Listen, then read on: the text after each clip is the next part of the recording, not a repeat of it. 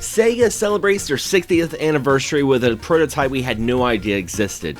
As well as an otaku who got so caught up with online shopping, he is now trying to go up the ranks to become the #1 assassin. This and more with Play and Tell. What's going on, guys? Xander Skullion here, and welcome to another episode of Play and Tell, a series where I talk about games I've been playing that spans from various consoles and genres, and I can give, overall first impressions and mini reviews, and most importantly, when you walk away, you have something new to play. Now, I don't know about you guys, but I've been in a huge Sega kick lately. I've been playing a lot of Sega and celebrating the 60th anniversary of the company. And Sega's been celebrating too on the platform of choice with Steam with a lot of various celebrations. If you guys checked out a video I put out previously, a Let's Play of Streets of Kamurocho, it was a hybrid of Streets of Rage meets the Yakuza series. And one other game they released for free is Golden Axe. It's a prototype Golden Axe 3D kind of beat 'em up that never saw the light of day. Sega themselves said that this game, was never finished and it was kind of janky and it wasn't the best thing, but I'll be honest, I was playing it and I was like, this game's actually not too bad. I could see the vision that this game was going to be, and to be honest, I really enjoyed it.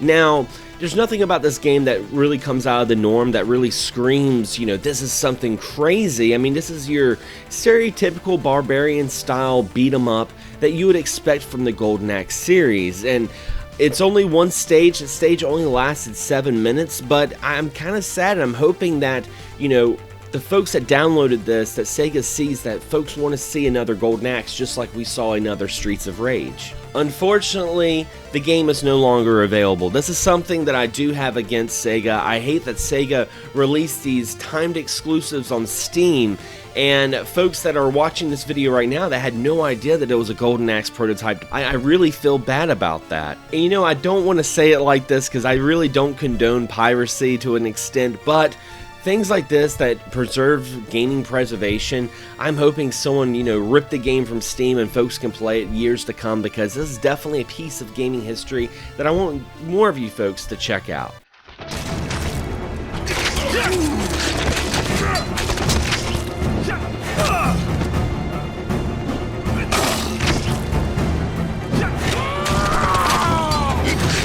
Now, I had a small indie company reach out to me on Twitter, Restless Corp, and they really enjoy the show, and they have completed some games they wanted me to try out.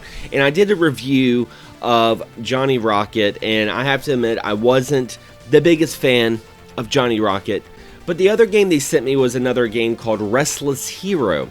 And Restless Hero is available on Switch, Xbox One, and Steam.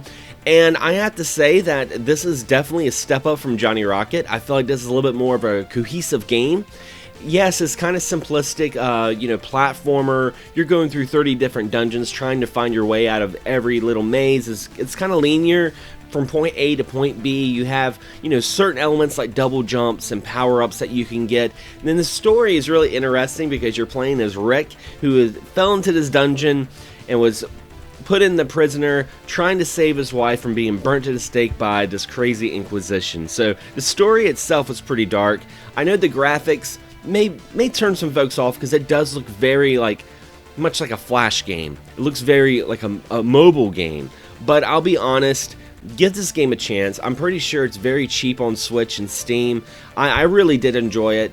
I enjoyed it immensely more than Johnny Rocket. So I can say, Restless Corp, you guys did a great job with Restless Hero, and I'm hoping more folks get to check it out.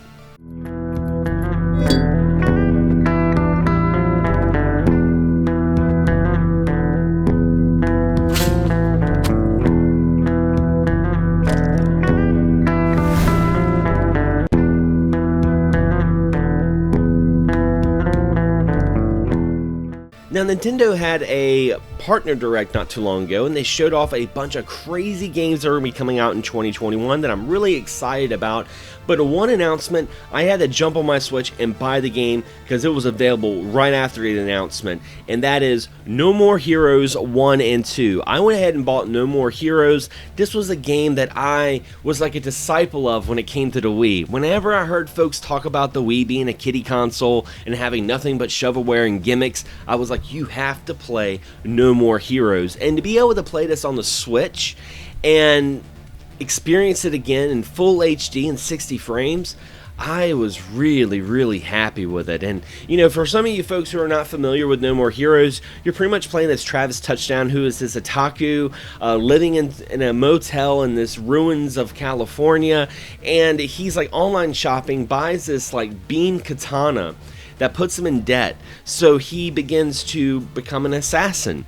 He does a hit job, and then he finds out that he's ranked and he has to become number 1, so all the other assassins don't go after him and try to kill him. So it's really interesting. It's a very arcade type of game that's really easy to pick up and fight, and it's also got various different mini games that you can play to accumulate different money in almost like a sandbox style of game.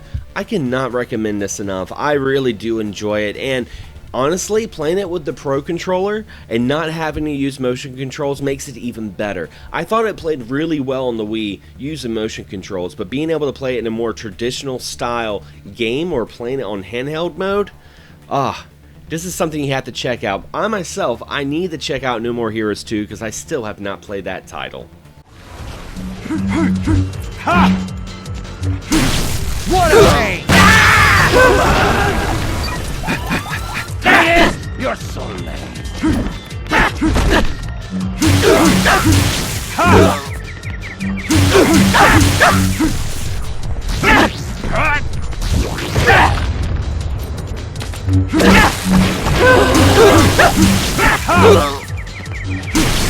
You're a joke. And another game that I've had on my radar for quite some time is Laika, Reign of Dracula. Now, this game was made by the same folks who did one of my favorite Castlevania fan games, Castlevania Valkyrie Chronicles 1 and 2. These folks are super talented, and I remember seeing the trailer for this game years ago, and I was like, man, I cannot wait to play this, and now it's available on Nintendo Switch and Steam. The story is pretty straightforward. You're playing as a young woman whose parents were killed by Vlad the Impaler, Dracula, and her brother was kidnapped as well.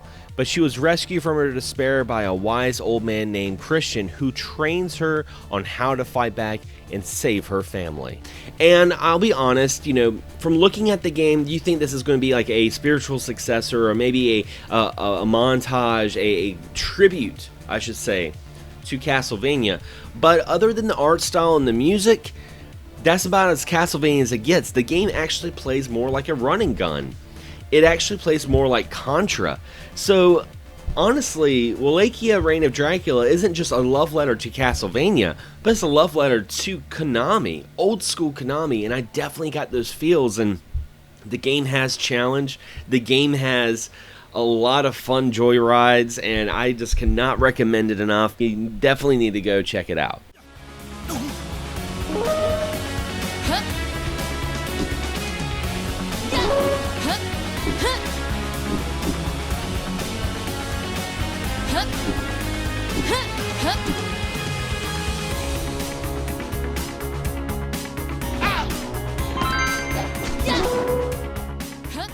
And the last game I want to talk about is a game that I saw an ad on Facebook for the trailer, and I went and checked it out, and I had no idea that this would be one of the most charming, one of the most like story-driven games I've played this year. I mean, this game, it's weird, and maybe you guys can agree with this, but sometimes games give you a certain feeling, and you can't really describe that feeling, but it's a feeling. And I haven't had a feeling about a game like this since I played Owlboy.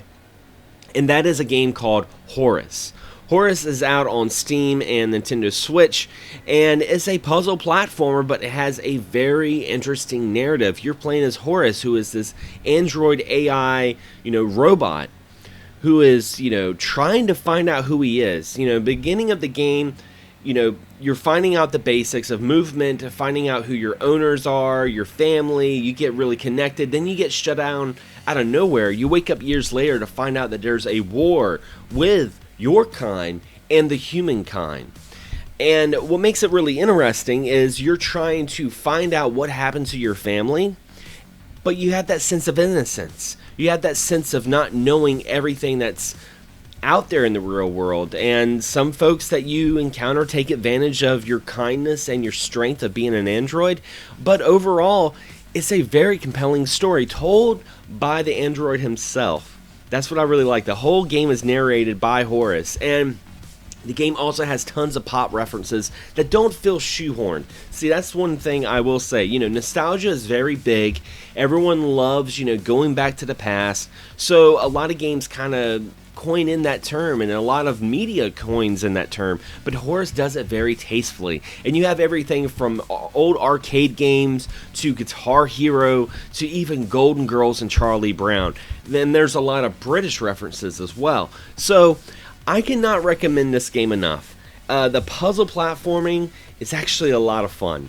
I did not expect, this game to be as challenging as it is, but rewarding as well. See, Horus has these gravity boots that he can jump, and it kind of changes perspective on the stage itself. And honestly, when I first heard about that, I was kind of turned off. I was like, oh man, did I buy something I wouldn't play? But it does it really well. It does it very well, and I could just find myself going through these stages and wanting to progress through the chapters to find out what happened to Horus's family. What's going to be the future of Horus? I really want to know, and I want you guys to check it out.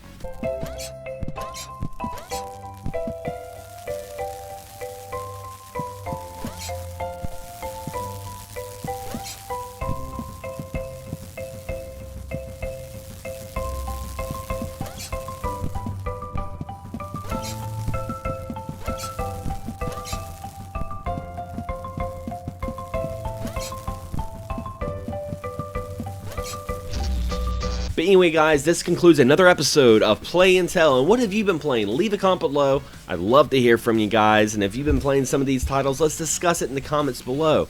If you enjoyed this video, be sure to not only subscribe, but also hit that bell so you're notified on all future videos that come out on this channel. Anyway, guys, as always, thanks for watching, thanks for subscribing, and as always, happy gaming.